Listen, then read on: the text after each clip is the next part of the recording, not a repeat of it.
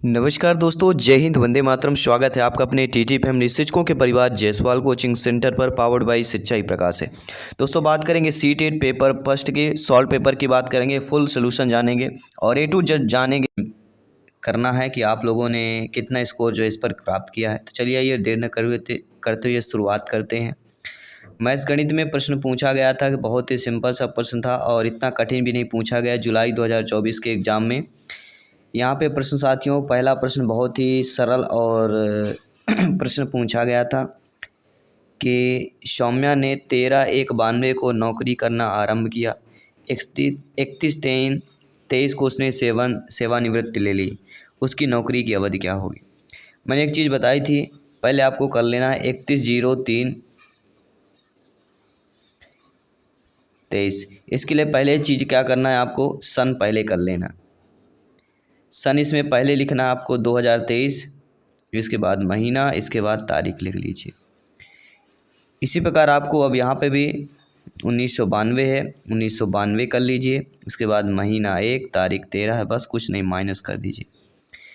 Minus कर देंगे तो 31/2/18 आ जाएगा, यानी 31 वर्ष 2 महीने 18 दिन। थर्ड वाला ऑप्शन यहाँ पे सही हो जाएगा।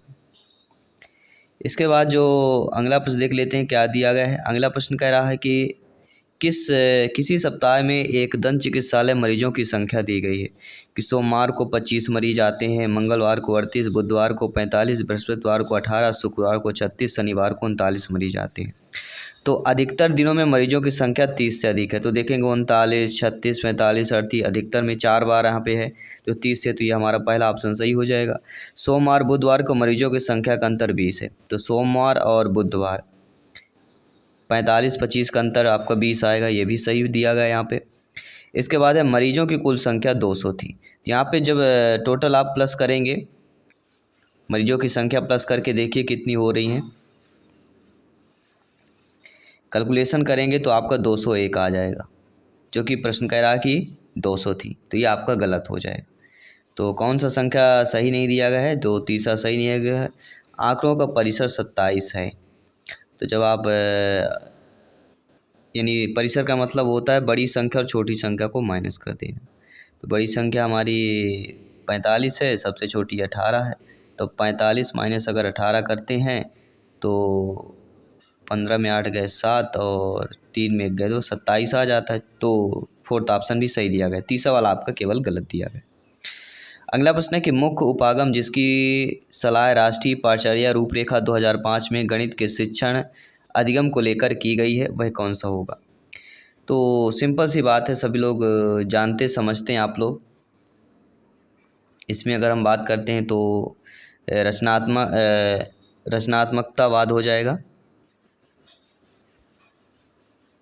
क्योंकि राष्ट्रीय रूपरेखा NCF 2005 की बात की गई है और NCF से प्रश्न तो आता ही है, सभी लोग जानते हैं, मैं कई बार बता चुका हूँ।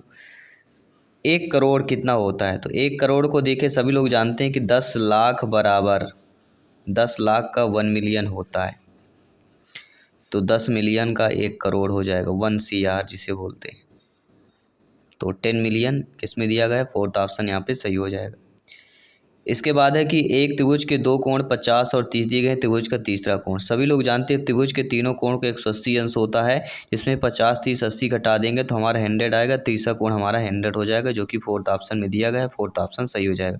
बच्चा, छोटा बच्चा भी कर लेगा। अगर 8वीं के बच्चा का 9th 10वीं के बच्चे को दे देंगे ना, 9वीं 8वीं 9वीं 10वीं का बच्चा ये गणित के प्रश्न को सॉल्व कर लेगा। इतना सरल इजली प्रश्न पूछा गया था। इसके बाद यह है कि निम्नलिखित में से किन भारतीय गणितज्ञों को संगणनात्मक विश्लेषण के संस्थापक के रूप में जाना जाता है? तो पहली बात तो आ जाती है आपके रामानुजन की बात आती है, आर्यभट्ट की बात आती है। तो फर्स्ट और फोर्थ देखिए किसमें दिया गया है, थर्ड वाला ऑप्शन यहाँ पे सही हो जाएगा। बिल्कुल नॉर्मल से प्रश्न पूछे गए थे। समीकरण को पढ़ाते समय शिक्षिका अद्वितीय हल की अगर बात करते हैं, रैखिक समीकरण की अवधारणा को समझाती हैं और आगे पूछती हैं कि अगर हल दिया गया हो तो आप कितने समीकरण बना सकते हैं, कितने बना सकते हैं। देखिए, इस प्रश्न को देने का उद्देश्य क्या होगा? कोई समीकरण नहीं, कई समीकरण, 2 समीकरण या 1 समीकरण बना सकते हैं। देखिए, प्रश्न थोड़ा लॉजिकल पूछा गया है।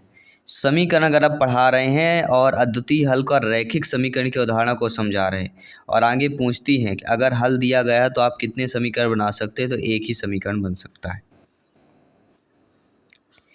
अगला है कि निम्नलिखित में से कौन सा संसाधन दशमलव की अवधारणा को समझाने के लिए सबसे उचित होगा। देखिए दशमलव को समझाना है तो जहाँ भी दशमलव की बात करेंगे तो एक नाम तो आता ही आता है, वो है ग्राफ पेपर। क्या यह नाम याद रखना है, दशमलव की बात की जाए यानी ग्राफ पेपर की बात करते हैं। यानी कि डी ऑप्शन तो होगा। अब देखिए डी ऑप्शन किस में दिया गया, पहला ही ऑप्शन में डी दिया गया है तो पहला ही ऑप्शन सही हो जाएगा, और बी भी दिया गया यानी कि डायनिक्स बॉक्स भी आपका हो जाएगा। इसके बाद प्रश्न है कि 22 HM और 8 DM बराबर होगा। 22 हेक्सामीटर और 8 डेकामीटर यहाँ पे दिया गया है, इसकी वैल्यू पूछी गई है। देखिए 22 HM की वैल्यू जो होती है ये समझ लीजिए कि 1 हेक्टा बराबर होता है 10 मीटर और 1 डेका बराबर होता है 10 मीटर।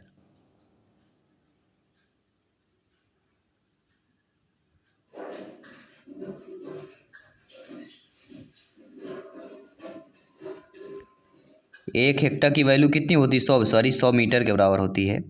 एक हेक्टा की वैल्यू जो होती है वह 100 मीटर के बराबर होती है और एक डेका की वैल्यू 10 मीटर के बराबर होती है। ठीक है, तो हेक्टा में 100 होता है, 100। एस से हेक्टा और एस से 100, ठीक है, ध्यान रखिएगा। तो यहाँ पे 22 HM दिया गया है आपका, तो 22 HM की वैल्यू क्या हो जाएगी, हेक्टा मीटर, यानी 22 गुणे 100 कर लेना है।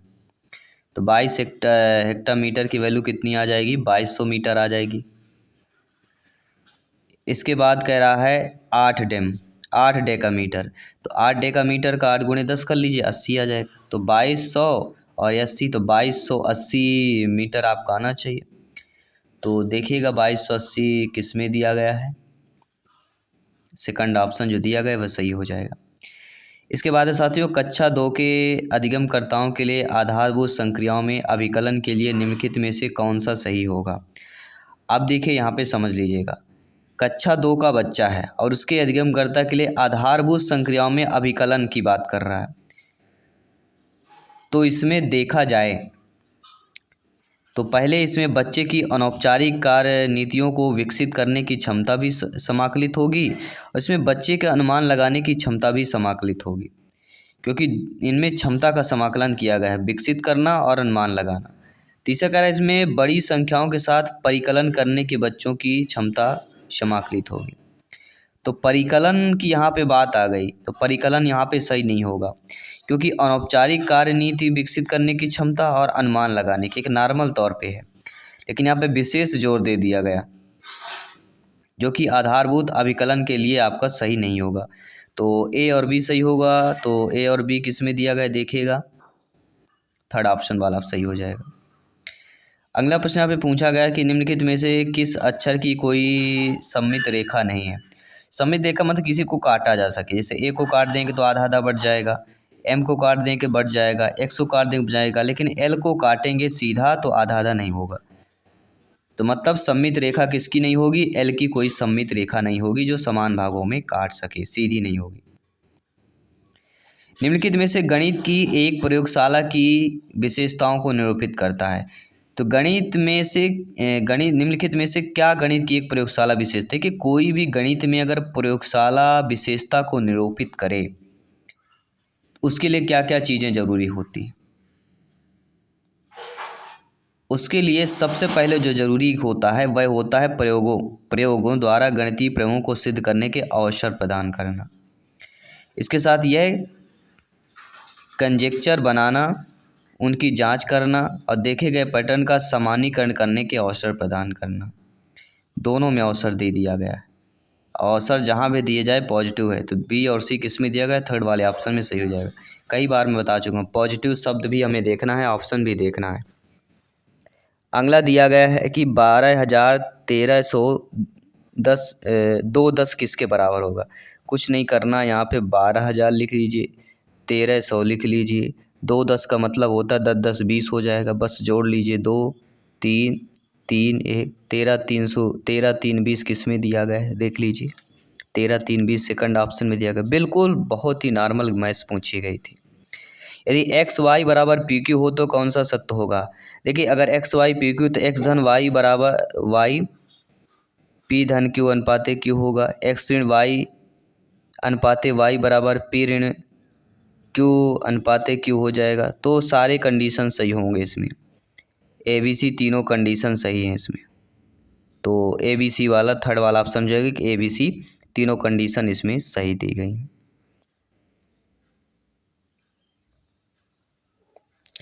इसके बाद अगला प्रश्न देखते हैं। अगला प्रश्न दिया गया कि एक अंडे का द्रव्यमान 65 ग्राम है, 2 दर्जन अंडों का द्रव्यमान क्या होगा? 2 दर्जन का मतलब होता है 12। देखिए यहाँ पे गुणा जिनका पेपर उन्होंने बेहतरीन सॉल्व किया है, गुणा कर लिया है और उनकी वैल्यू निकल के आ गई है 1.56 kg, जो कि फोर्थ ऑप्शन सही हो जाएगा। ठीक है, आइए बात करेंगे अगले प्रश्न की। इस बार ज़्यादा सीटेड क्वालिफाइड होंगे। बुनियादी स्तर के लिए राष्ट्रीय पाठचर्या की रूपरेखा एनसीएफ 2022 में अमूर्त गणितीय अवधारणा के शिक्षण के समय निम्नलिखित घटकों के महत्व पर प्रकाश डाला। किन किन पर प्रकाश डाला गया है? तो एक चीज़ आती है, पहली बात आती है कि इसमें आपको क्या ध्यान देना है। इसमें सबसे महत्वपूर्ण जो इम्पोर्टेंट पॉइंट्स आपका होता है वह हो जाता है अनुभव आना,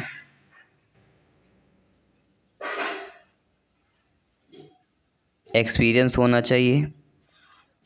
इसके बाद आता है बोलचाल वाली भाषा यानी लैंग्वेज की बात आती है।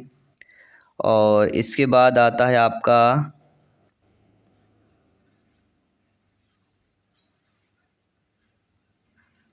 चित्र बनाना, पिक्चर की बात आती है। और अंत में आता है लिखित चिन्ह। तो जो हमारा थर्ड ऑप्शन कह रहा है BCDA, ये वाला सही हो जाएगा। ये याद रखिए, पहले अनुभव होना चाहिए, नहीं एक्सपीरियंस होनी चाहिए। इसके बाद भाषा वाली यानी लैंग्वेज संबंधित होना चाहिए। इसके बाद चित्र यानी पिक्चर की बात आएगी। और लिखित यानी लिखित चिन्ह की बात आएगी। ठीक है, तो यहाँ पे थर्ड वाला ऑप्शन जिन्होंने सही किया बिल्कुल सही किया। बात करेंगे अगले प्रश्न की। यदि 7 स्टार 0.2 इंटू 123 इक्वल टू 92496 है तो स्टार की जगह क्या रखेंगे कि मान हमारा 92,496 है, तो 5 रखिएगा तो आ जाएगा। इसके बाद लुप्त संख्या नंबर सीरीज से प्रश्न आया हुआ है और आते ही आते हैं, तो इनके लिए क्या करना कहता है, डिफिनेशन अंतर निकालिए। 43 और 47 में 5 का अंतर है कि 4 का अंतर है, सॉरी 4 का अंतर है यहाँ पे। 47 53 में देखिए कितने का अंतर आ रहा है, 3 3 6 का अंतर आ रहा है। 53 और 59 में कितने का अंतर आ रहा है,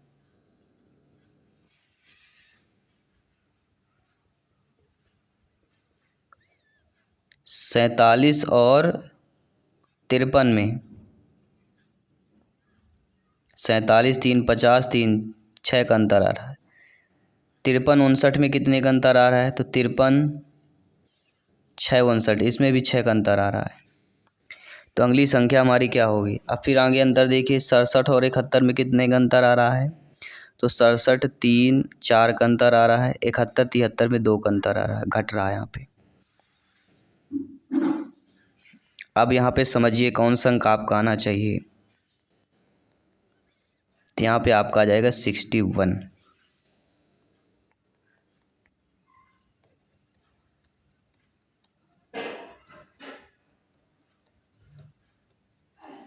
क्या सही है सभी लोग बताइए।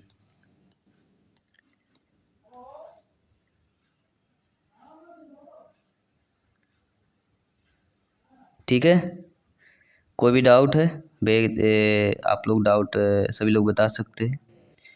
राजू के पास प्रत्येक 20 लीटर वाले 5 बर्तन हैं। 20 लीटर 5 मतलब टोटल उसके 100 लीटर है तारपीन का तेल है।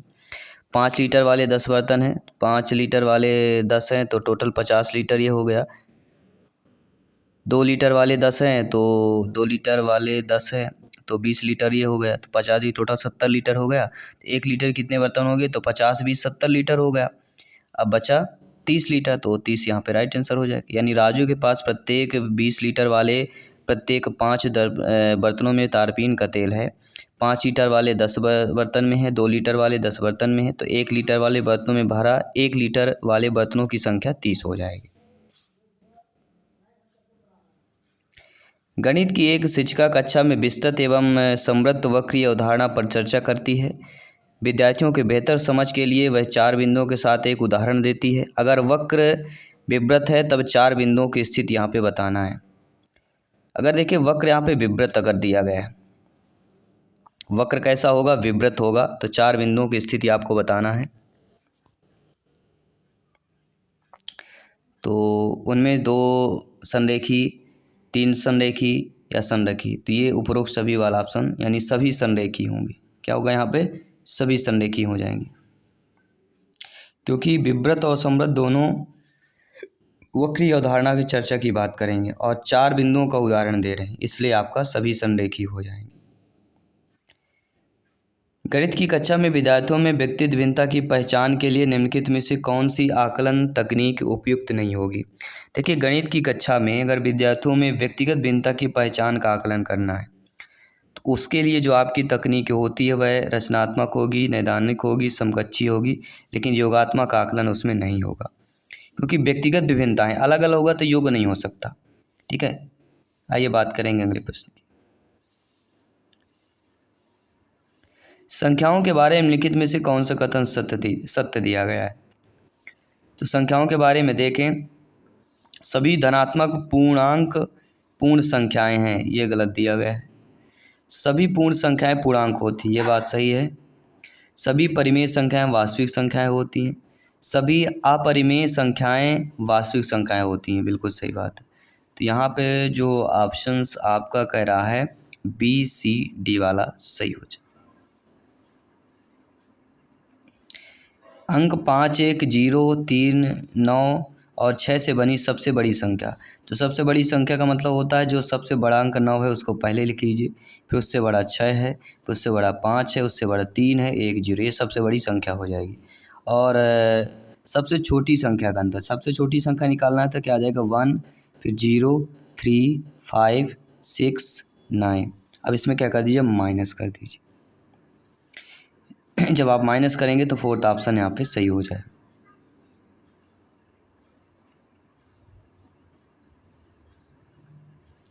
आइए बात करेंगे अगले प्रश्न की। इसमें इसको अवरोही क्रम में भिन्न प्रकार से लिखा जाता है। तो पहली बात है अवरोही क्रम में लिखना, दशमलव में कर लीजिए। जब दशमलव में निकाल लेंगे तो दशमलव में आपका अवरोही क्रम में आ जाएगा। सभी को भाग करके दशमलव में निकाल लीजिए।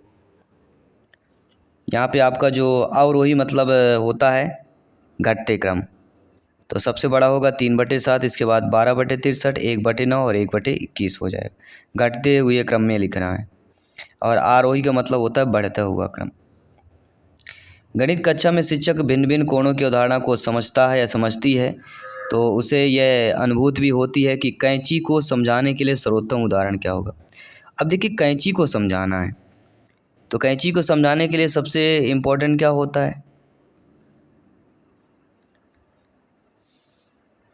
अगर मुझे ऐसी कैंची बनी हुई तो शीर्षाभिमुख कोण हो जाएगा, और अदर ऐसी कैंची बनी हुई है तो ये हमारा कोण हो जाता है बराबर।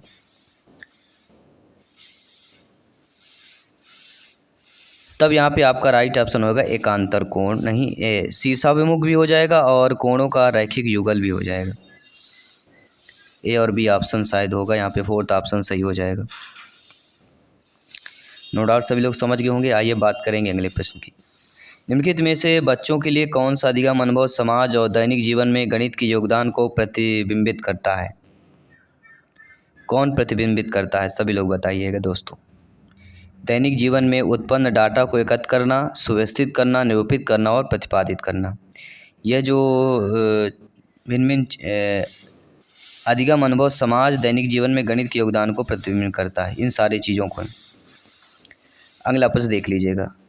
कथन है कि गणित उन स्तरों को में पदानुक्रमित है जो तार्किक रूप से व्यवस्थित है। इसके लिए निम्नलिखित में से कौन सा सही उदाहरण हो जाएगा। तो इसके लिए प्रमुख उदाहरण यही होता है कि गुणन योग अवधारणा का अनुपालन करता है और उस पर विकसित करता है। इसके साथ ही संख्या बोध को योग व्यवकलन की अवधारणा से पूर्व विकसित करने की आवश्यकता होती है। तो बी और सी ऑप्शन सही हो जाएगा, यानी कि जो पहला कह रहा है वह हमारा यहाँ पे सही हो जाएगा। इसके बाद अगला प्रश्न है कि एक कक्षा में विद्यार्थी प्रतिशतता छूट पर आधारित प्रश्नों को हल कर रहा है। एक प्रश्न में विद्यार्थी को प्रत्येक मोटरसाइकिल पर 8% छूट के साथ 2 मोटरसाइकिल के मूल्य का परिकलन करने की आवश्यकता है। एक समूह दोनों मोटरसाइकिलों के कुल मूल्य का परिकलन करता है और फिर कुल मूल्य में 16% काट लेता है। इस समूह का प्रयोग की गई विधि क्या होगी? तो प्रश्नों को हल करने की वैकल्पिक कार्यनीति है। गलत है, क्योंकि उन्होंने कुल मूल्य में 8% की जगह 16% छूट कर दी। गलत है, क्योंकि उन्होंने कुल मूल्य में 16% काट दिया बजाय 16 कुल मूल्य औसत से। सही है, तथा छूट एवं मूल्य का परिकलन करने का एकमात्र तरीका है। तो विद्यार्थी प्रतिशतता छूट पर आधारित प्रश्नों को हल कर रहा है, तो इस समूह द्वारा प्रयोग की गई विधि बताना है। अब देखिए, कोई भी प्रत्येक मोटरसाइकिल पर 8% की छूट दे दी जाती है। 2 मोटरसाइकिल को मूल्य का परिकलन करने की आवश्यकता है। तो एक समूह में दोनों मोटरसाइकिल कुल मूल्य परिकलन कर लेता है, तो उसमें कुल 16% काट लेगा। ऐसा नहीं, 8% ही कटेगा। भाई आपका मैं कहता हूँ मोटरसाइकिल मान लीजिए 50,000 की एक आती है 50 के, इस पर 8% कटता है।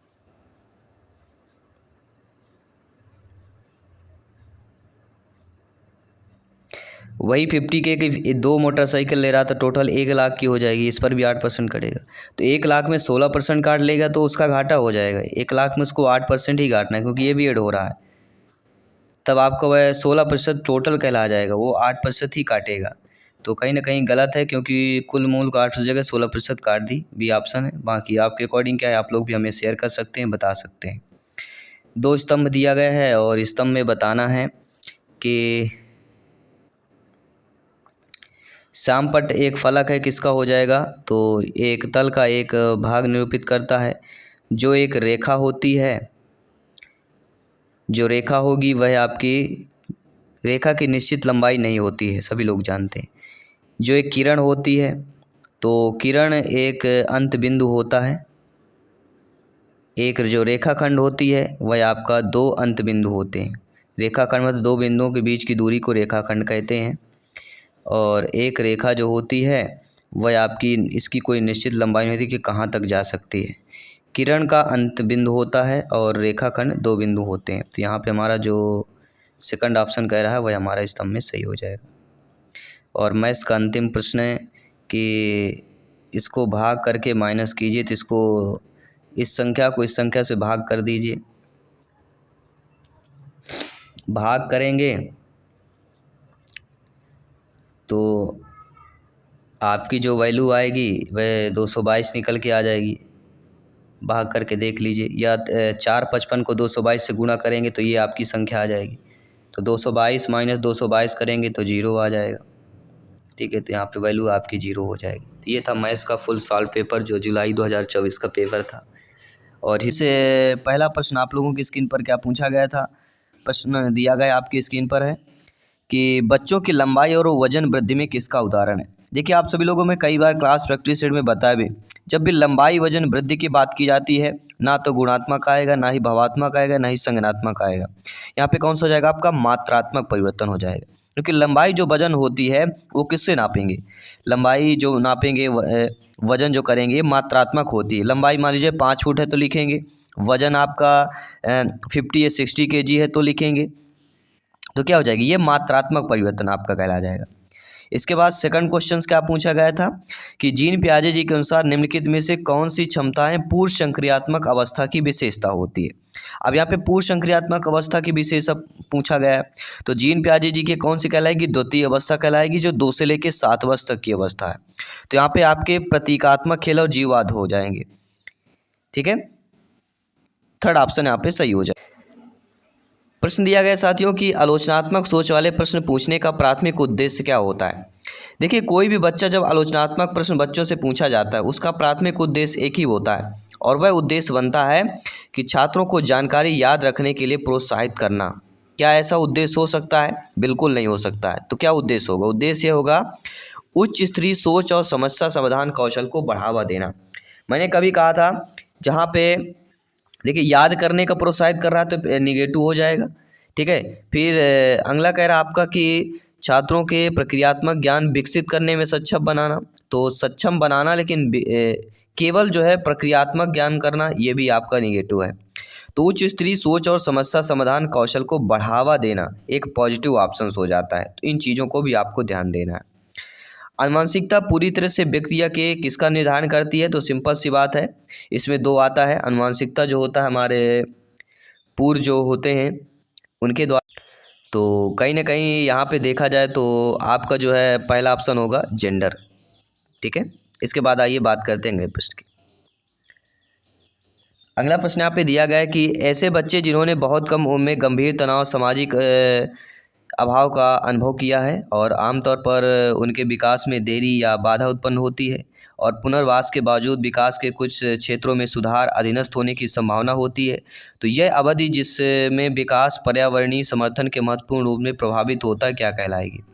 अब देखिए यह अवधि विकास पर्यावरणीय समर्थन को महत्वपूर्ण प्रभावित कर रहा है, तो कहीं ना कहीं वह आपकी क्या हो जाएगा, सहज काल, मूल काल, संवेदनशील या निगमनात्मक। अब देखिए जहाँ पे गंभीर जैसे शब्दों का, अनुभव जैसे शब्दों का प्रयोग हुआ हो तो कहीं ना कहीं संवेदनशील अवधि कहला जाएगी। थर्ड ऑप्शन यहाँ पे सही हो जाएगा। इसके बाद अगला प्रश्न पूछा गया था, निम्नलिखित में से कौन सा निरंतर और व्यापक मूल्यांकन का समर्थन करेगा। देखिए यहाँ पे निरंतर और व्यापक मूल्यांकन की समर्थन की बात की जा रही, तो आपका वृद्धि और अधिगम प्रगति पोर्टफोलियो हो जाएगा, फर्स्ट ऑप्शन सही हो जाएगा। इसके बाद अगला प्रश्न है, लेव वाइगोस्की के अनुसार छात्रों के सीखने अनुभव को बेहतर बनाने के लिए निम्नलिखित में से कौन सा एक अनुशंसित दृष्टिकोण होगा। देखिए अगर बेहतर बनाना है, और मैंने बताया था जीन पियाजे जी, लेव वाइगोस्की, कोहलबर्ग, तीन ऐसे टॉपिक है जो सीटेट में अक्सर पूछे जाते हैं। तीन टॉपिक को क्लियर कर लीजिएगा और वही ऐसा हुआ है। तो जो चीज़ें हम बताते हैं क्लास प्रैक्टिस सेट में उन चीज़ों को ध्यान भी देना आप लोगों को। तो लेव वाइगोस्की के अनुसार हमें देखना है कि छात्रों के सीखने अनुभव को बेहतर बनाना है, उसके लिए अनुशासित दृष्टिकोण बताना है। तो उसी के लिए होगा कि छात्रों के वर्तमान स्तर पर आधारित उनको उचित समर्थन और मार्गदर्शन के साथ काम प्रदान करना, first option is the right answer. अगला प्रश्न पूछा गया, शिक्षार्थी अधिगम प्रक्रिया में व्यस्त और सक्रिय रूप में शामिल महसूस करते हैं जब, कब महसूस करते हैं। देखिए कोई भी बालक बालिका होगा अधिगम प्रक्रिया में व्यस्त और सक्रिय रूप से शामिल महसूस तभी करेगा जब जो है गतिविधियाँ उनके संदर्भ से संबंधित होंगी, फोर्थ ऑप्शन यहाँ पे सही हो जाएगा। अगला है, लेव वाइगोस्की के अनुसार बच्चे अपने स्वयं के व्यवहार को किस प्रकार जो है नियमित करते हैं। तो बच्चे जो होते हैं वह आत्मवाक्य के प्रयोग द्वारा, वाइगोस्की का कहना है, अगर पढ़ेंगे आप कि बच्चे अपने स्वयं के व्यवहार का नियमित करना, इसलिए आत्मवाक्यों के प्रयोग द्वारा आएगा। भाई आप अपना व्यवहार कैसे हो करेंगे, आत्म यानी स्वयं, आत्म मतलब क्या होता है, स्वयं से संबंधित है, तो आप इन शब्दों को भी आप लोगों को समझना है। अगला है, जागृति को पता चल गया कि उसका कुत्ता जो है रस्टी एक गोल्डन रिट्रीवर है। जब वह एक और कुत्ते को देखती है तो रस्टी जैसा दिखता है लेकिन एक अलग नस्ल का है, तो वह उसे भी कुत्ता ही समझती है। जीन पियाजे जी के संज्ञानात्मक विकास के सिद्धांत के अनुसार यह विकास किस अवधारणा को प्रदर्शित करेगा। अब देखिए उसके जैसा ही सेम देखो समझ लेना, यानी फोटो कॉपी। जब भी फोटो कॉपी की बात की जाती है तो फिर किसका नाता समायोजन हो जाए, क्योंकि वह समायोजन कर रही है, क्योंकि सेम दिख रहा है नहीं है लेकिन दिख रहा है इसलिए बोल रही, तो वह समायोजन कहला जाएगा।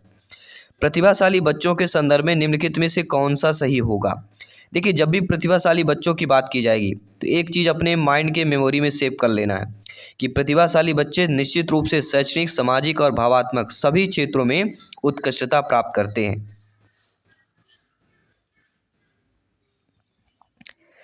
इसके बाद बात करेंगे कि कथन और कारण। सभी को पता है कि 4-5 प्रश्न पूछे ही जाना है, और ईवीएस और सीडीपी ये दो ऐसे टॉपिक है जो अभिकथन का कारण 2-3 प्रश्न प्रत्येक सब्जेक्ट में पूछे जाते हैं। शिक्षकों को बच्चों के साथ काम करते समय लगातार अपने स्वयं के दृष्टिकोण और पूर्वाग्रहों की जांच करनी चाहिए। कारण है कि समस्या समाधान की प्रक्रिया कार्यात्मक स्थिरता में बाधा होती है। अब दोनों को समझिएगा, यहाँ पे हमारा पहला तो सही दिया गया है कि शिक्षक जो होते हैं बच्चों के साथ काम करते समय लगातार अपने स्वयं के दृष्टिकोण और पूर्वाग्रहों की जांच करनी चाहिए, लेकिन समस्या समाधान की प्रक्रिया कार्यात्मक स्थिरता में बाधित होती है, तो इससे कोई संबंध नहीं है आपका। इसलिए दूसरा वाला होगा, पहला तो सही है लेकिन कारण यानी आर आपका गलत दिया गया है।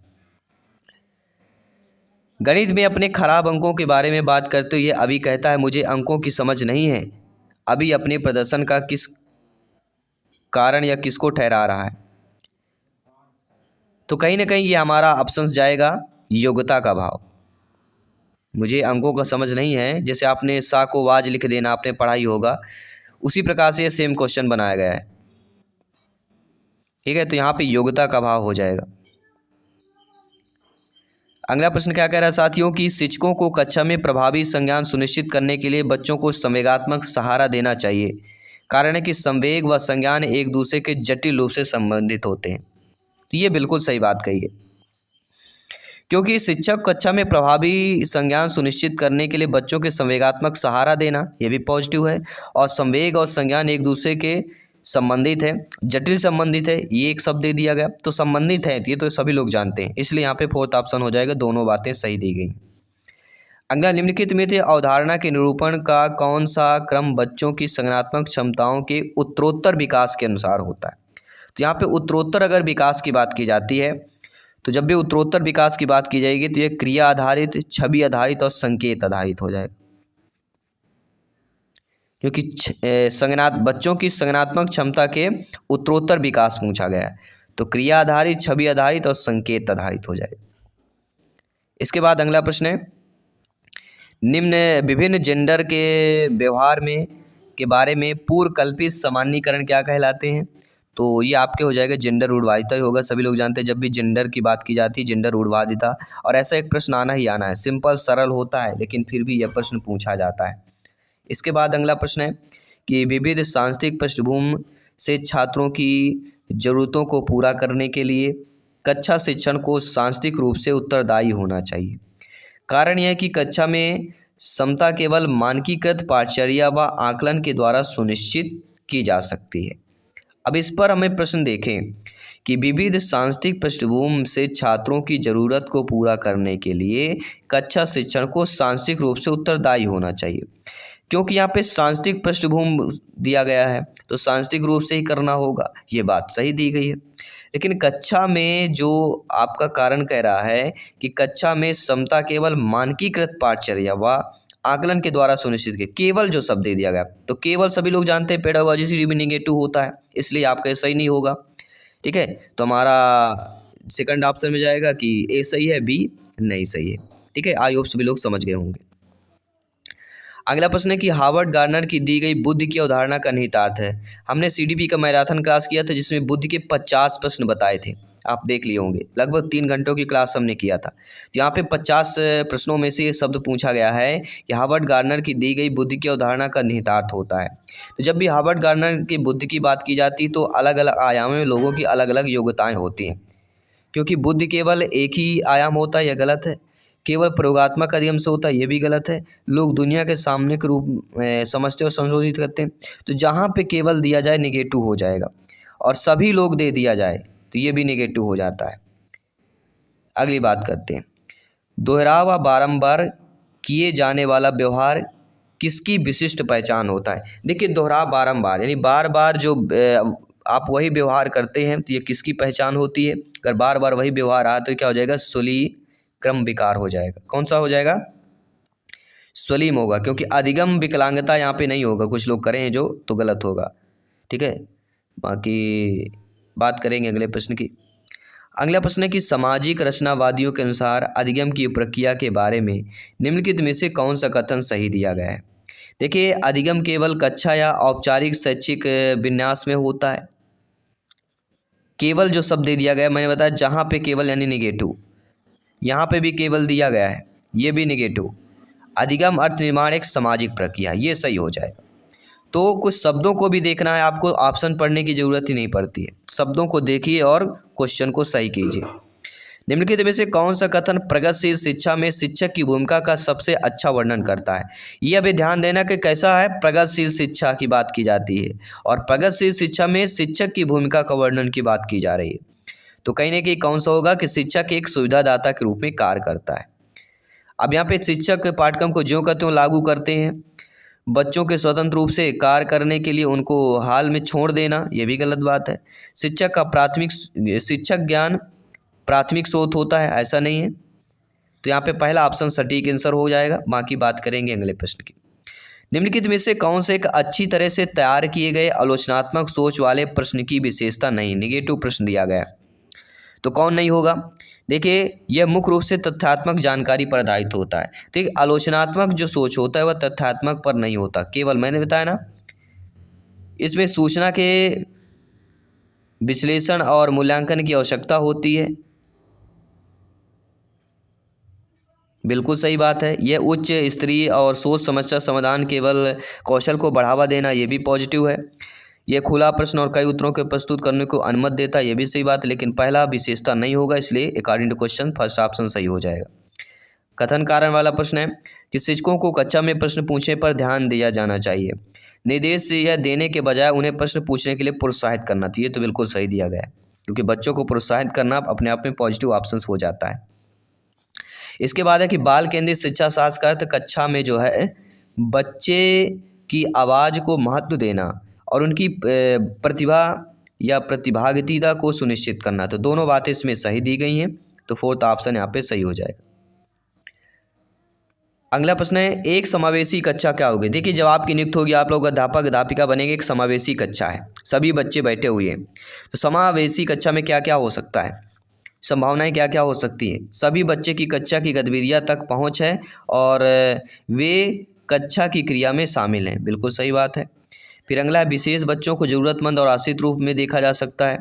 तो विशेष बच्चा यहाँ पे नहीं होगा, क्योंकि समावेशी कक्षा है, सभी बच्चे एक समान हैं।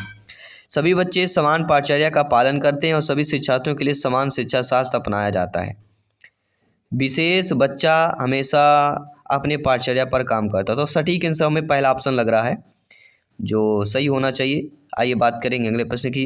आमतौर पर सीखने की अक्षमता कठिनाई वाले बच्चों में क्या होता है। देखिए, जो बच्चे जो है सीखने में अक्षमता होते हैं, जो कठिनता होती है, आमतौर पर समान रूप से देखा जाता है कि वे बच्चे जो होते हैं एक जैसे दिखने वाले अक्षर और वर्ण को लेकर भ्रम में होते हैं। इसके बाद जो अगला प्रश्न आपका कह रहा है कि जबकि कुछ बच्चे 12 महीने की उम्र में बड़बड़ाना और 2 शब्दों वाक्य बोलना शुरू कर देते हैं, अन्य 20 महीने की उम्र में ऐसा नहीं करते, तो व्यक्तिगत विभिन्नताएं हो जाती हैं, ऐसा होता है, मुमकिन है। विकासात्मक प्रतिमान केवल सांकेतिक और व्यक्तिगत बच्चों का विकास काफ़ी भिन्न हो सकता है। तो अगर इन दोनों में देखा जाए, इन दोनों प्रश्नों को देखा जाए, तो कहीं ना कहीं दोनों बातें सही दी गई, इसलिए यहाँ पे फोर्थ ऑप्शन जो दिया गया वह आपका यहाँ पे सही हो जाएगा। सीडीपी के 2-3 प्रश्न और बचे हैं, कंप्लीट करते हैं। कक्षा 5वीं के बच्चों को तैरने और डूबने की अवधारणाओं को पढ़ाने के लिए संरचनावाद में दृढ़ विश्वास रखने वाले शिक्षकों द्वारा कौन सा शैक्षिक दृष्टिकोण अपनाया जाएगा। अब देखिए, यहाँ पे कक्षा 5वीं के बच्चे की बात कर रहे हैं जो तैरने और डूबने की अवधारणा को पढ़ा रहे हैं, और यह संरचनावाद में दृढ़ विश्वास रखने वाले शिक्षक द्वारा जो दृष्टिकोण अपनाया जाएगा वह किसके द्वारा होगा, तो वह मेन बेस्ट हो जाएगा निर्देशित खोज के द्वारा।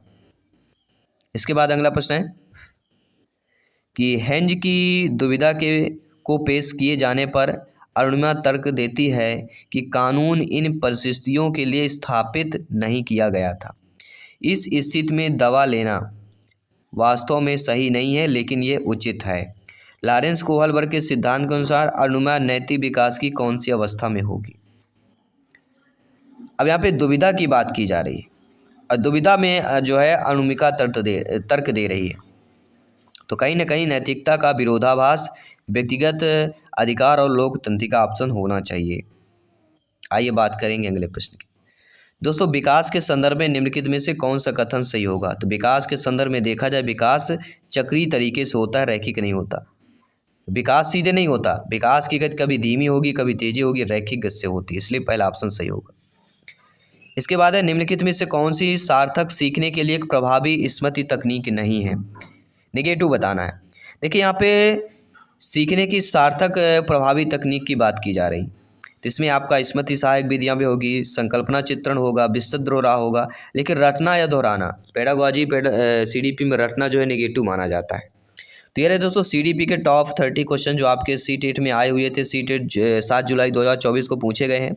बाकी सभी पेपर के आएंगे, आपको A to Z रिपोर्ट आएगा। 30 में से आपने कितना सही किया है, तो सभी लोग ध्यानपूर्वक समझिएगा। प्रश्न यह है कि एक EVS शिक्षिका अपने छात्रों से कल्पना करने और उत्तर देने के लिए कहती है, क्या होता अगर पृथ्वी से कभी पक्षियों या पृथ्वी के से जो है सभी पक्षियों को एक साथ मार दिया जाए, तो ऐसे प्रश्न क्या होगा।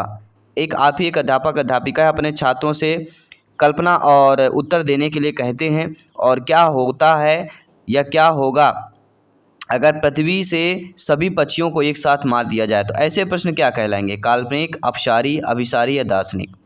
देखिए, काल्पनिक तो नहीं कहा जा सकता, ना ही दार्शनिक कहा जा सकता है, ना ये अभिसारी होगा, तो ये कौन सा होगा, अपसारी हो जाएगा। कैसा हो जाएगा, अपसारी प्रश्न हो जाएगा। सेकंड ऑप्शन यहाँ पे सही हो जाएगा। इसके बाद अगला प्रश्न साथियों है कि EVS कक्षाओं में मानचित्र पठन गतिविधियों या गतिविधि छात्रों में कुछ योग्यता और कौशलों का विकास करता है, वे क्या होंगे। सभी यहाँ पे ध्यानपूर्वक सभी लोग सुनिएगा, प्रत्येक प्यारे प्यारे भाई बहन, ब्रदर सिस्टर्स एंड टीचर्स सभी सुनिएगा, क्योंकि प्रत्येक प्रश्न यहाँ पे इम्पोर्टेंट है। ध्यान से सुनिए कि कौन सा आंसर आपका कौन सा कितना सही होगा, कितना स्कोर जाएगा। EVS कक्षाओं में मानचित्र पठन गतिविधि छात्रों में कुछ योग्यता और कौशलों का विकास होता है, ये क्या होगा। स्थानों की सापेक्ष स्थिति को समझना, स्थानों की दिशाओं को समझना, प्रतीकों और पैमानों को समझना, या पैमाने के नक्शे के अनुसार सटीक रूप से आरेखन की बात करते हैं। तो राइट आंसर ये दोस्तों यहाँ पे हमारा होगा कि पहली बात तो स्थानों को सापेक्ष स्थिति को समझना होगा, क्योंकि EVS की कक्षा में मानचित्र पठन गतिविधि की बात हो रही है, तो स्थिति को समझना जरूरी, मानचित्र है चूँकि। इसके बाद आता है स्थान दिशाओं को भी समझना जरूरी हो जाएगा, और इसके साथ पैमाने को समझना। पैमाने के नक्शे के अनुसार जो है सटीक रूप से आरेखन करना, ये नहीं होगा। ठीक है, तो क्या क्या हो जाएगा, ABC किस ऑप्शन में दिया गया है, देखेंगे D 4th ऑप्शन वाला हमारा यहाँ पे सही हो जाएगा। नो डाउट सभी लोग समझ गए होंगे। अगला प्रश्न है, भारत में अगर 7:30 PM है तो उसी दिन 2 PM कहाँ पर होगा। मान लीजिए हमारे भारत में शाम को 7:30 बजे हैं, तो दोपहर के 2 PM किस देश में होंगे, यानी कितने घंटे का डिफरेंस है, ये जानना बहुत ज़रूरी है। और इस प्रकार का प्रश्न जो है काफ़ी एक डिफ़िकल्ट, सरल भी है और डिफ़िकल्ट भी है, जिनसे नहीं आता। तो 5 घंटे 30 मिनट का जो डिफरेंस आता है वह कहाँ पे हो जाएगा, लंदन। कहाँ पे हो जाएगा, लंदन। 4th ऑप्शन सही हो जाएगा। सभी लोग समझ रहे होंगे। आइए बात करेंगे अगले प्रश्न की। अगला प्रश्न है, EVS पाठचर्या सीखने के सामाजिक रचनावादी परिप्रेक्ष्य में तैयार किया गया है कि बच्चों के गहन अध्ययन के साथ बच्चों के सीखने के बारे में पियाजे जी के विचार सामाजिक रचनावादी परिप्रेक्ष्य का प्रतिनिधित्व करते हैं। कथन, दोनों कथन दिए गए हैं, अब दोनों कथन बताना सही है नहीं है। देखिए, यहाँ पे हमारी समझ से देखा जाए तो कि दोनों कथन सही हैं, क्योंकि EVS पाठचर्या सीखने के सामाजिक रचनावादी परिप्रेक्ष्य तैयार करना है, और बच्चों के गहन अध्ययन के साथ बच्चों के सीखने के बारे में पियाजे जी के विचार सामाजिक रचनावादी परिप्रेक्ष्य का प्रतिनिधित्व करते हैं। बिल्कुल दोनों कथन हमारे सही दिए गए हैं, दोनों कथन पॉजिटिव हैं, इसलिए दोनों कथन हमारे सत्य हो जाएंगे, यानी कि 4th ऑप्शन यहाँ पे सही हो जाएगा। इसके बाद साथियों अगला प्रश्न क्या पूछा जा रहा है कि NCERT की 5वीं कक्षा की पाठ्य पुस्तक में झारखंड में रहने वाली सूरमणि की एक वास्तविक कहानी है। यह अध्याय आदिवासी जीवन और सूरमणि की भूमिका को दर्शाता है। छात्रों के लिए प्रासंगिक अध्याय द्वारा अंतर्बोध में सबसे जो है महत्वपूर्ण यहाँ पे पहलू का चयन करना है। तो सबसे महत्वपूर्ण पहलू यहाँ पे आपका कौन सा हो जाएगा, सिंपल सी बात है, समझने वाली बात है। और नीचे आपके कूट वाले ऑप्शंस भी दिए गए हैं, तो इन ऑप्शनों को भी हमें ध्यान देना है। तो यहाँ पे देखा जाए, पहली बात होती है वनवासी जो समुदाय होते हैं उनके पास रहने वाले जंगलों के बीच का घनिष्ठ संबंध होता है, और लड़कियों की शिक्षा कैसे उनके जीवन को बदलती है। जनजातीय आदिवासी द्वारा उपयोग किए जाने वाले वन उत्पाद भी होते हैं। लेकिन जनजातीय समुदायों के बारे में लोकप्रिय धारणाएं या पूर्वाग्रह, ये आपका नहीं होगा, क्योंकि छात्रों के लिए प्रासंगिक अध्याय द्वारा संबोधन महत्वपूर्ण चयन करना। तो छात्रों के लिए प्रासंगिक अध्याय में आपका पहला ऑप्शन नहीं आएगा, बाकी BCD ये ऑप्शन आ जाएंगे। तो BCD किस ऑप्शन में दिए गए हैं, पहला ऑप्शन जो दिया गया वह आपका सही हो जाएगा। जिन्होंने पहला ऑप्शन किया वेरी गुड, इसी तरह करते जाइए, CTET एग्जाम फतेह करते जाइए।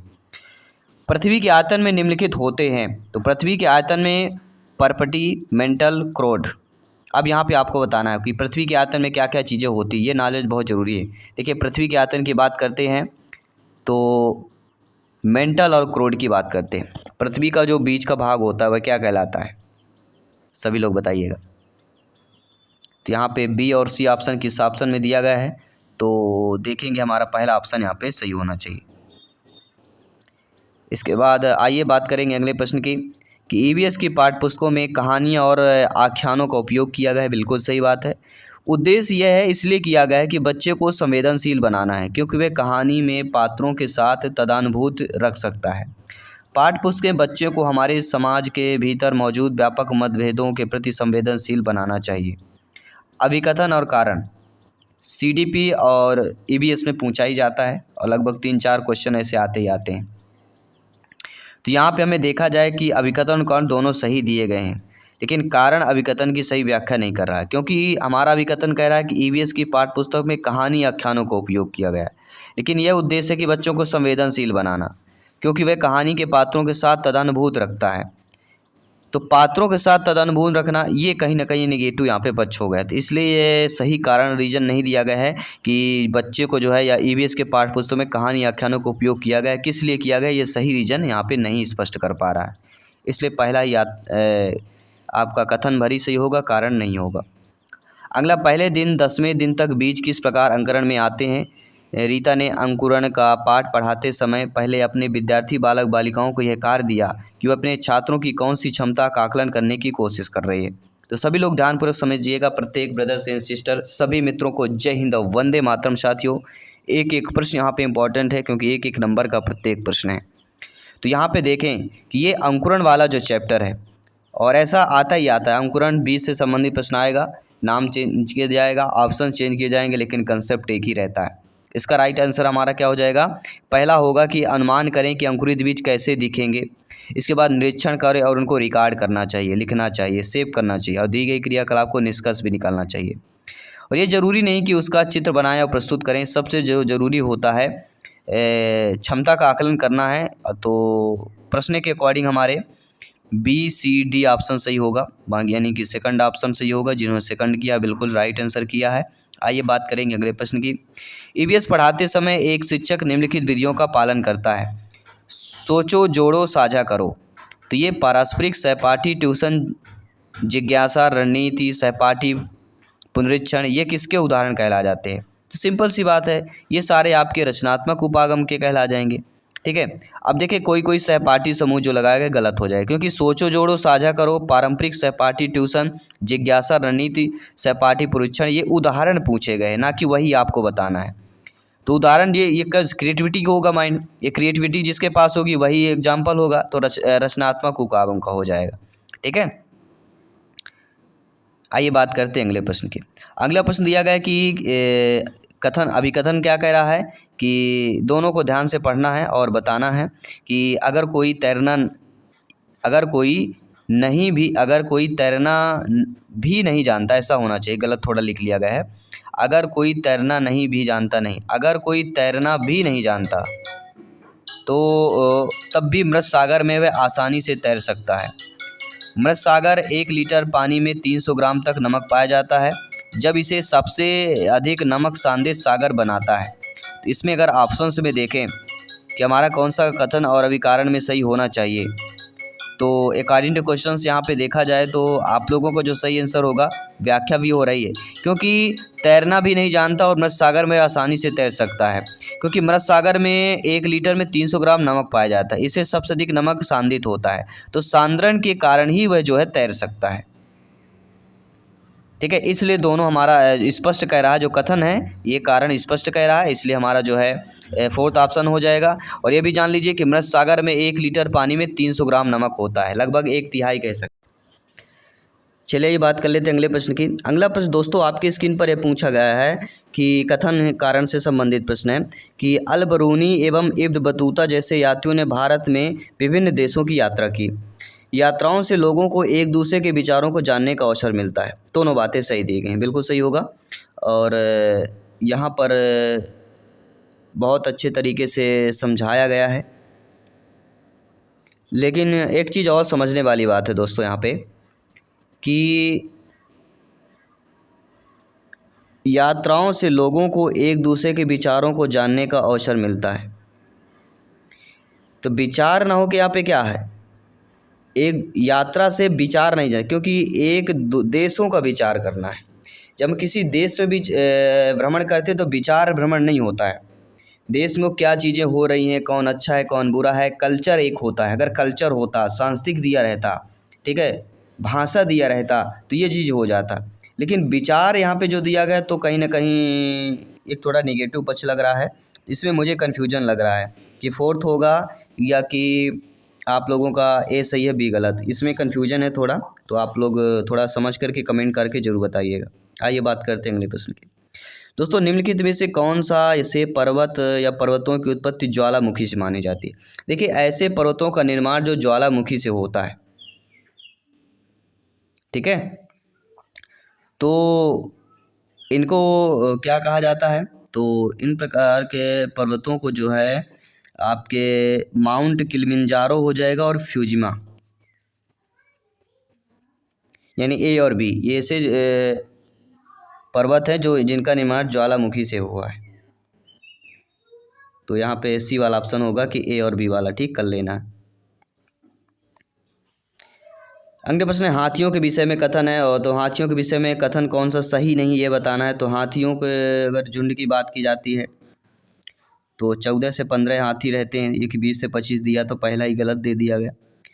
और हाथी 14-15 वर्ष की आयु तक झुंड में रहते हैं, ये भी सही बात है। 15 वर्ष से अधिक आयु के हाथी झुंड छोड़ देते हैं, अकेले रहते हैं, बिल्कुल सही बात है। हाथियाँ जो होती झुंड में रहती हैं, बिल्कुल सही बात है। तो पहला गलत दिया गया, बाकी सही दिए गए। इसके बाद बात करेंगे अगले प्रश्न की।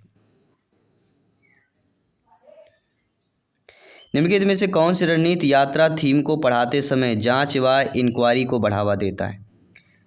अब देखिए, रणनीति क्या है? यात्रा थीम है, और यात्रा थीम को पढ़ाते समय जांच को बढ़ावा देना।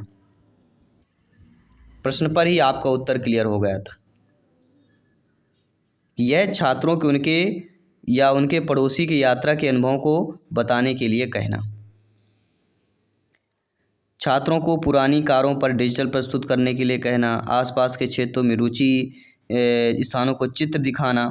छात्रों के पर्यटन के स्थानों को चित्रकत करना। तो चित्रकत करना या चित्र दिखाना नहीं होगा, क्योंकि थीम हमारी यात्रा है, इसलिए छात्राओं को उनके पड़ोसी की यात्रा के अनुभव को बताने के लिए कहना। क्योंकि छात्र बच्चा भ्रमण नहीं कर पाता तो पड़ोसी होंगे, उनसे पूछना चाहिए कि अगर आप किसी विदेश में गए तो वहाँ कैसा होता है, कल्चर कैसा होता है, चीज़ें कैसी होती हैं, ठीक है। और अगर आप कहीं के दार्शनिक स्थल में गए हुए हैं, ठीक है, तो वहाँ पे चीज़ें पूछना। तो पहला ऑप्शन मुझे सटीक आंसर सही लग रहा है।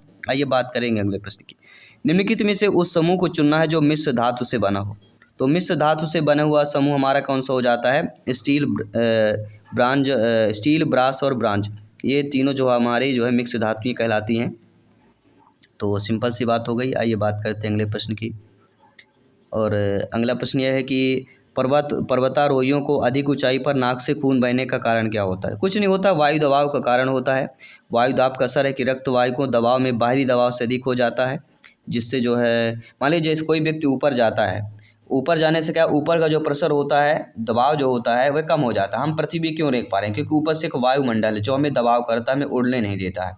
इस प्रकार जब पर्वतों में जाते हैं तो दबाव कम हो जाता है, तो फिर ये ब्लड सर्कुलेशन क्या है, ऊपर नाक से ब्लड बहने लगता है। तो ये प्रेशर दबाव का होता है, क्योंकि जितना ज़्यादा ऊपर जाएंगे जो है हवा का दबाव जो है कम होता जाएगा, ठीक है, वायु दबाव कम होगा, इससे जो है ब्लड नाक से निकलने लगता है।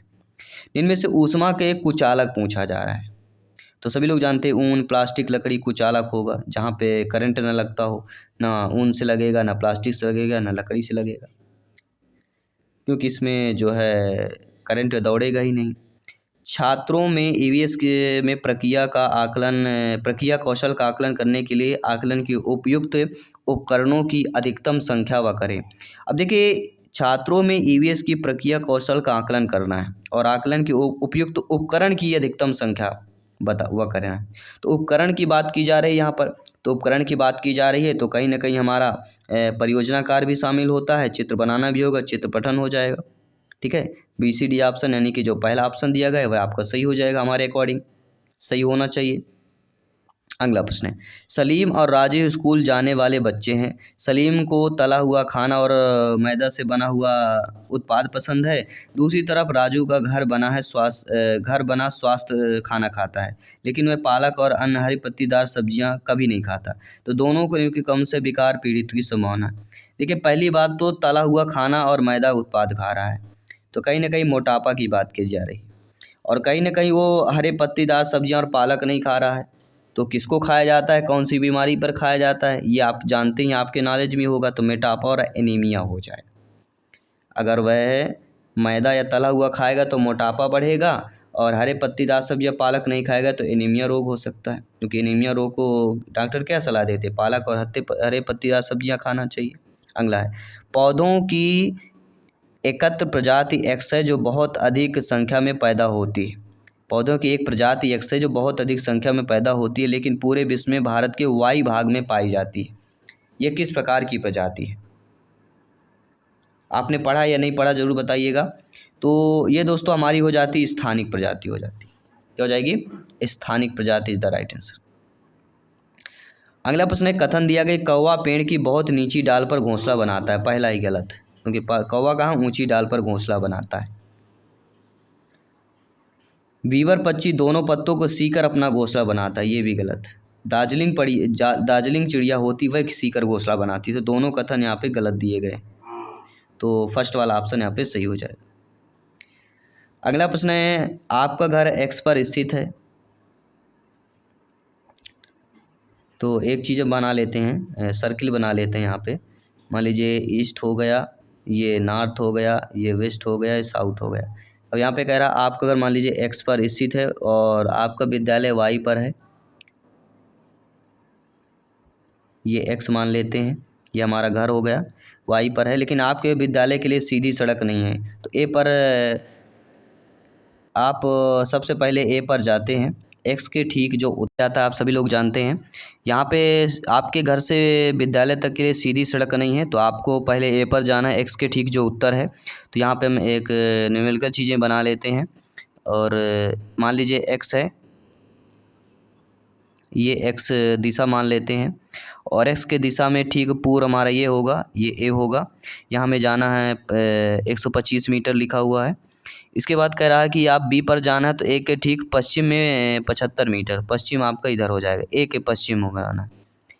ठीक है, क्योंकि आप इधर जा रहे हैं तो आपका सिर जो है ए की तरफ होगा, तो ए से पश्चिम देखेंगे तो ऊपर आ जाएगा। ठीक है, ये ध्यान देना है, दिशा भी देखना है। तो बी पर हमें यहाँ पे 75 मीटर चलना है। इसके बाद कह रहा है ठीक है सी पर जाना है, तो उसके लिए फिर आपको उत्तर पे, तो आप जिस पर खड़े हैं ये उत्तर आपका इस साइड हो जाएगा। फिर 150 मीटर चलना है, तो ये सी बिंदु हो जाएगा। अब कह रहा है कि वाई पर पहुंचने के बाद वाई पर आपके विद्यालय पर एक्स पर आपके सही की दिशा होगी। अब जो ये खड़े हुए हैं, तो यहाँ से आपका दिशा बताना है। तो कहीं ना कहीं ये हमारी ये दिशा कहलाती है, और ईस्ट हो गया, ये नॉर्थ हो गया, ये साउथ हो गया, ये वेस्ट हो गया। तो हमारी कौन सी दिशा कहलाएगी? वेस्ट और नॉर्थ, अर्थात दक्षिण पूर्व।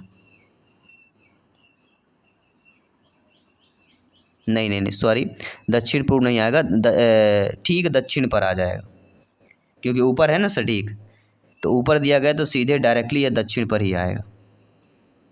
आइए बात करेंगे अगले प्रश्न। तेलंगाना के सापेक्ष गुजरात और बिहार की क्रमशः स्थितियां बताना है। तो तेलंगाना के सापेक्ष गुजरात और बिहार की जो स्थितियां, एक आएगा ही आएगा, मैंने बता दिया था। ठीक है, आधे प्रश्न आए हैं जो इस टॉपिक से मैंने बताया था प्रैक्टिस और मॉडल पेपर में, आधे प्रश्न आए हुए हैं अगर आपने ध्यानपूर्वक समझा होगा तो। यहाँ पे हमारा क्या होगा, उत्तर पश्चिम और उत्तर पूर्व हो जाएगा, क्योंकि तेलंगाना के सापेक्ष गुजरात और बिहार बताना है। तेलंगाना जो नया राज्य बना है सभी लोग जानते होंगे। किसी केंद्र शासित में मानचित्र के एक कोने पर नीचे गए पैमाना दर्शाया गया, पैमाना 1 सेंटीमीटर बराबर 155 मीटर दिया गया है। तो कह रहा है मानचित्र पे दो शहरों के बीच की दूरी 19.7 सेंटीमीटर मापना है। तो इन दोनों शहरों के बीच की वास्तविक दूरी है, आप सेंटीमीटर में दी गई, इसको आंसर हमें किलोमीटर में निकालना है। तो पहले मीटर में बदलेंगे, फिर इसको किलोमीटर में बदल लेंगे। ठीक है, अब 1 सेंटीमीटर आवर कितना होता है, 155 मीटर होता है।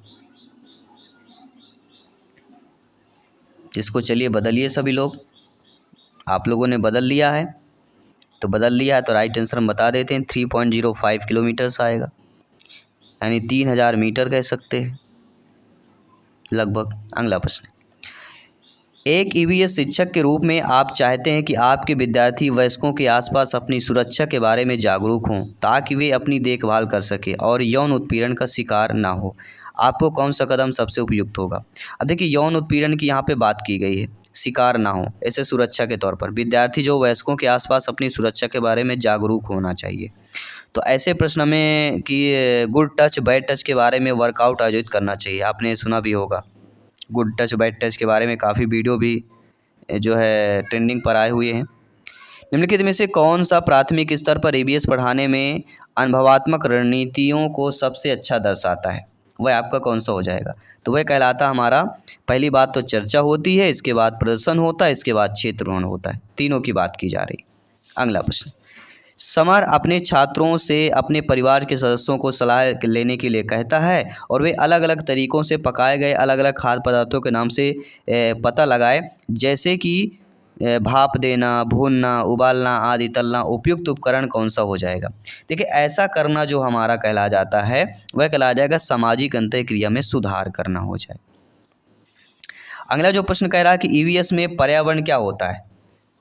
मानव निर्मित पर्यावरण, प्राकृतिक पर्यावरण, सामाजिक पर्यावरण या सांस्कृतिक पर्यावरण, कौन कौन से होगा? तो ईवीएस में पर्यावरण का मतलब होता है, अर्थात का मतलब अर्थ होता है क्या क्या चीज़ें होती हैं। उसमें आपकी पहली बात तो आ जाती है, मानव निर्मित पर्यावरण भी आता है, प्रकृति पर्यावरण, सामाजिक पर्यावरण, सांस्कृतिक, सारे आ जाते हैं। तो ये जो सी ऑप्शन दिया गया है वह आपका यहाँ पे सही हो जाएगा। तो नो डाउट सभी लोग समझ गए होंगे। आइए 2 प्रश्न और बचे हुए हैं, कंप्लीट करते हैं और इस प्रैक्टिस पे ये आपके प्रीवियस 7 जुलाई 2024 के सॉल्व पेपर पूरा फुल सॉल्यूशन आपको देते हैं। प्राथमिक स्तर पर ईवीएस को एक एकीकृत दृष्टिकोण में संचालित करने को सिफारिश की जाती है। तो सबसे उपयुक्त इसका कारण क्या हो सकता है?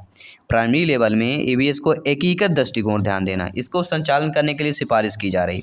तो एकीकृत की जहाँ पे बात होती है तो यहाँ पे कहीं ना कहीं हमारा ईवीएस विषयों में मुद्दों को आकर्षित करता है, जो विज्ञान, सामाजिक विज्ञान, पर्यावरण है, तीनों चीज़ें आपकी आ जाती हैं ईवीएस में। और इसके बाद आता है कि यह समग्र समझ विकसित में मदद भी करता है और छात्रों और शिक्षकों के बीच को बोझ कम करना। तो ये बोझ कम करना नहीं होगा, एकीकृत ईवीएस पढ़ना सुविधाजनक ये भी ज़्यादा नहीं है। दोनों चीज़ें आपकी पॉजिटिव हैं, ए और बी ऑप्शन। तो हमारा जो सेकंड ऑप्शन दिया गया है वह आप लोगों का सही हो जाएगा। इसके बाद अगला प्रश्न है कि रोशनी एक ईवीएस शिक्षिका में सरसों, हरा चना, बंगाल चना, मिर्च के प्रत्येक 20 बीजों में कितने बीज अंकुरित हुए के लिए एक डेटा चार्ट प्रदर्शित कर रहे हैं। उन्होंने उनसे यह समझाने के लिए कहा कि विभिन्न बीजों की अंकुरण दर में भिन्नता क्यों होती है, कि कोई बीज 100 उगेंगे, अगर 100 बीज बोते तो कोई 50 उगता है, कोई 60, कोई 70, कोई ऐसी विभिन्नता क्यों होती है। यह वह कौन से कौशल का आकलन करना चाहता है। तो ऐसी विभिन्नता के लिए जो कौशल कहलाया जाता है वह जाँच हो जाएगी। तो ईवीएस का हमने 30 क्वेश्चंस कर लिया। 30 क्वेश्चन में से पेपर में आपके कितने सही हैं आप लोगों को कमेंट बॉक्स में ज़रूर बताना है। और इसी तरह सारे पेपर का सलूशन हम आपको दिखाएंगे, ए टू जेड बताएंगे, सारे डाउट क्लियर होंगे। और सभी लोग टीटी फैमिली से जुड़े रहिए, क्योंकि यह टीटी फैमिली शिक्षकों का परिवार, आवर टीचर्स फैमिली है। सभी मित्रों को जय हिंद, वंदे मातरम, धन्यवाद सभी का।